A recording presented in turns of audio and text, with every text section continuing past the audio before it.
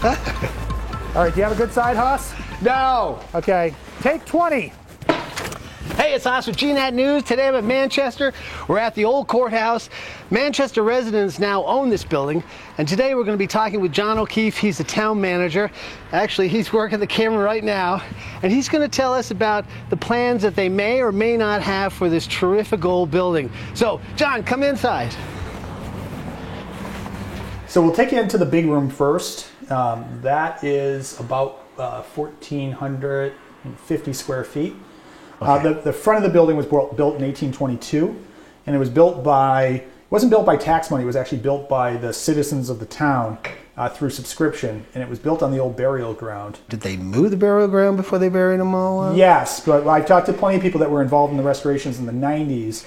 And back in 1822, and in times previous to that, everyone was buried on a pine box. So moving all of the... Impossible. Is impossible, yeah. So, you know, like that movie Poltergeist in the 1970s. It was, what I was thinking about. Yeah, but again, they don't seem to have any time for me. I've been in here late at night with most of the lights off, and it seems that would be the perfect opportunity for a haunting. And was there ever anybody that said they... I have had people tell me that they've heard stories of people seeing unusual... Very cool. Yes, okay. But again, I don't know. This is what we believe is the oldest courthouse in the state. It's no longer in use. It was given back to the town a couple of years ago, less than a couple of years ago. The courthouse that claims it's the oldest is the one in Newfane, but that's 1825, and this is 1822. Nice. So I believe, I don't want to offend the good people of the town of Newfane, but I believe our courthouse is older than your courthouse. I think we'll go with that. Okay. All right. So what are you going to show us first about this place? Let's go into the big room. This is the courtroom. Original. It was a real courthouse. Did you ever get one of your tickets here? I did not get my tickets. I actually did testify in probate court once when I first got here. And it was actually the summer court. So Bennington County is the only county in the state that has two shires, North Shire, South Shire. Some people may wonder where the word term North Shire comes from. It's a judicial term. And there was a separate courthouse in the North Shire and the South Shire, the South Shire being the one that's in Bennington now, which is the main courthouse. Got it. 1822, it was probably very important to have a courthouse in your community if you wanted to be, really put yourself on the map. Right. And that's probably one reason why the residents of Manchester basically passed the hat and came up with enough money to build this building. It's a brick building in 1822 in the middle of the, a very wooded area of Vermont, so it must have been quite an extraordinary process to build. I mean, it was probably a grand building at the time, made out of brick instead of wood. The drop ceiling in here, it's about 13 feet high. Above that is another 7 feet. And you can pop your head up there and actually see, there's up there as well, you can see all the original beams. The ceiling is in really good shape. Wow, so this goes bye-bye. I think so. In order to do anything expansive in here, we'd have to tackle some code issues, and one of those is sprinklers, so it'd be much easier to take that out.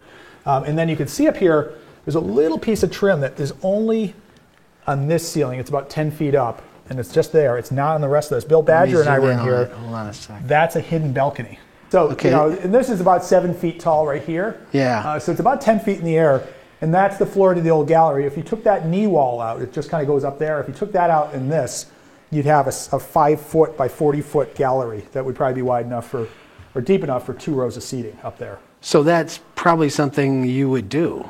I think so. We're looking at the code issues as far as fire code having egress, and then also handicap issues. We're hoping our original conversations suggest that we could probably justify not having ADA access up there, since you'd have set the same seating down here to the same events.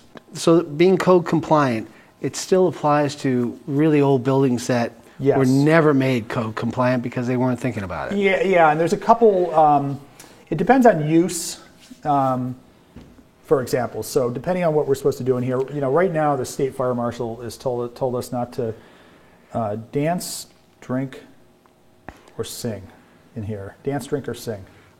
Those are the three things that he doesn't want us doing in here. Wait, Dance, wait, drink, wait, or wait. sing. Is this someone from the 1800s, or is this a real person? No, it's not a scene from Footloose, from the movie Footloose. It's just because there's no sprinklers in right here, right now. Oh, okay. The other issue is ADA on the front. It's a very simple solution, but building a code-compliant, historically reflective. Obviously, you're not going to have a historic ramp. They didn't exist in the 1800s, but building something that blends into the rest of the front of the building would be pretty easy. And then the other big handicap challenge we'd have is actually having a restroom in here that's accessible as well.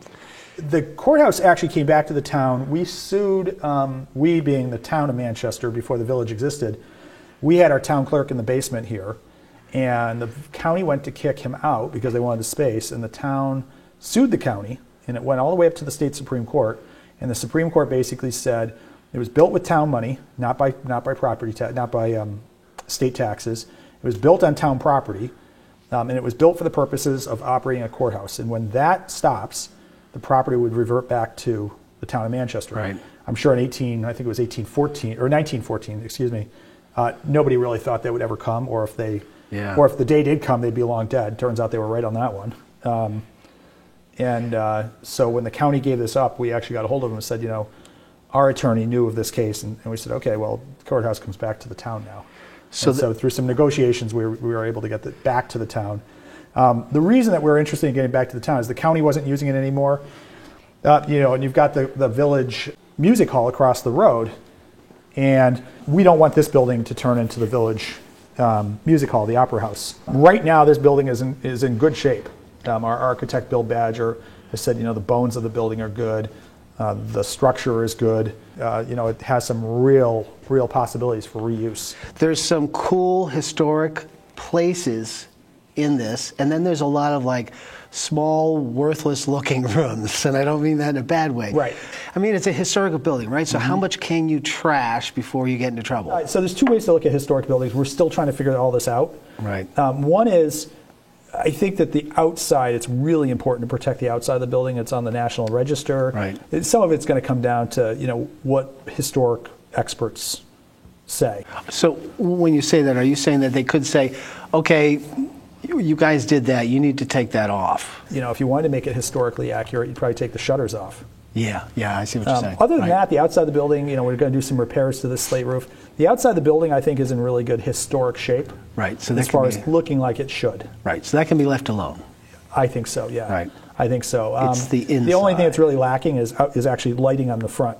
There's no lights on the front of the building that light up the front steps. Right. Surprisingly. Going back to these dark buildings in a beautiful village. Yeah. So I could see, for safety purposes and just for aesthetic purposes, adding some kind of light on the front of the building. Inside. There's nothing historic about this room right now. I mean, we didn't have. Okay, so that's what I'm getting carpet. at. Yeah. So what do you do with it? So let me just follow up on that before we move on. So these cool objects that we looked at, like the sheriff station and stuff, they are historic, but they're sitting in a non-historic place inside the building's historic been building. corrupted or perverted over the years. I mean, it looks like the 1820s had a baby with a 1960 person. Right. I mean, it doesn't make any sense, the building. You got Berber carpet, you've got a drop ceiling, fluorescent tubes, lighting. Yeah. And then, the rest of the stuff in here, a lot of it's historic. Or the setup itself is historic. Right, so that presents a dilemma. So when I look around the room and I see these historic objects, to turn this into a place that is functional, maybe they can't all exist. You may have to open up the whole room. For example, the benches, we're not sure if they're historic. They're not works of art. They're basically just stock wood. Yeah, I got you. Just nailed together. To have a really functioning space where you could do seminars on day one and a concert on day two, you really have to have the inside be really flexible. And I think in a building like this, to really bring back community use, this used to be where everything was held back in the day. Everything from concerts to court functions to town meetings, everything was here. Right. And in order to bring back that original use, multi-use versatility is going to be key. You can't just have the building for one function. Right. So in your mind, when you look at this,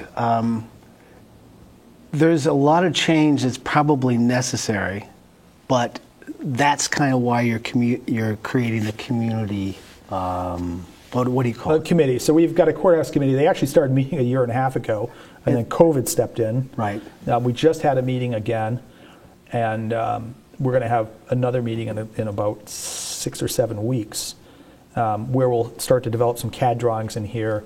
We had a really good conversation. Cynthia Kilburn is the chair. Bill Badger is our architect. Right. Sean Harrington is on it. Gordon Black, who works for us at the town, who's also actually used to practice law here, Yep. is on it. Katie McNabb, Nina Mooney from the village, Orlin Campbell from the village. But you're also interested in all the citizens of Manchester too, right? We are. And, It's and gonna how be- do you want them to be involved? Well, we've started giving tours to people that we think might be interested, different groups. Yep. So if there's somebody out there that represents a specific group, like we've given tours to G-Mall, Yeah. Burr and Burton, some of the hotels around here. Right. If there's specific groups that are interested in like seeing if this space would work for them as well, as we start to look at multi-use, they can contact me. Yeah, okay. Or people that have ideas Yeah. can contact me just via email at j.o'keefe@manchestervt.gov. I'm sure you'll superimpose that too. I will. I'm going to take care of it. And so that they can email me, and I'll pass all the comments that I get along to the committee. We are looking to engage on the art side of things, Yeah. which would just be a piece of the puzzle. We have worked with a consultant who's down in North Adams who did the Bennington County Cultural Plan, Right. and we're thinking about working with her to do a feasibility study on the building to see if it's feasible. The initial feedback from artists in the area is that the size of the building would work really well, about 125 to 150 Right. people. That seems to be a good grouping. You don't want it too small, because Right. then you're singing to, even though the house is packed, you're only singing to 30 people. And you're not really making money. You're not really making money. Right. Or it's so big that nobody likes playing to a half-empty house. Right. So in Manchester, it would be kind of a sweet spot. Right. I think it really could be a community asset that people could use. It also could be a driver for the arts and for the economy in this area. You look at, we've got the Equinox across the street, Silver Fork. Yeah, it's kind of what we're Mulligan's. talking about. This village could just be another section of town which is really vibrant. Yeah. I don't know if the neighbors would put up a fight, but it has the potential of being a really cool downtownish area. Yeah. You could do some really fun programming in here. I think the other thing too is that the way we see it, there would probably be a show here at least once a year that every single person in town would want to go see. Yeah, that would be terrific. Like Yeah. the guy said from the Blues Brothers, we have both kinds of music, country and western.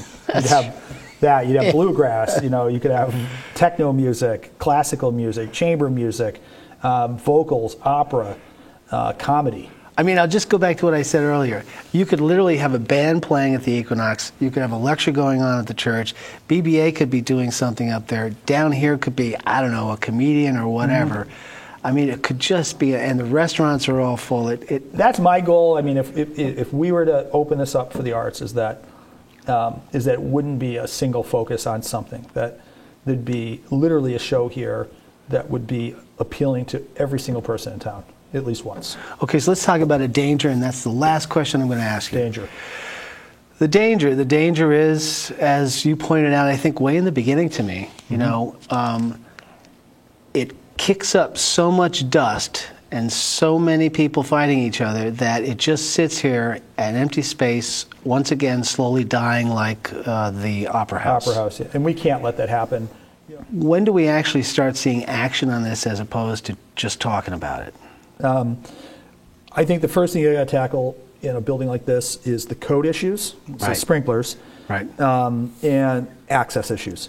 That's Right. not that tough. The other thing too is that a lot of times we talk about grants because we don't want to pay for it. Right. It's the American way. It is. In this case, there are grants, especially for multi-use public buildings that are historic. This is on the National Historic Register, so there is funding for things like this. Is it going to cover everything? No. Right. But I think Are those in process yet, or are those still to come? we're still to come. We're Right. still in the preliminary stages of actually figuring out, we don't have good CAD drawings for the building.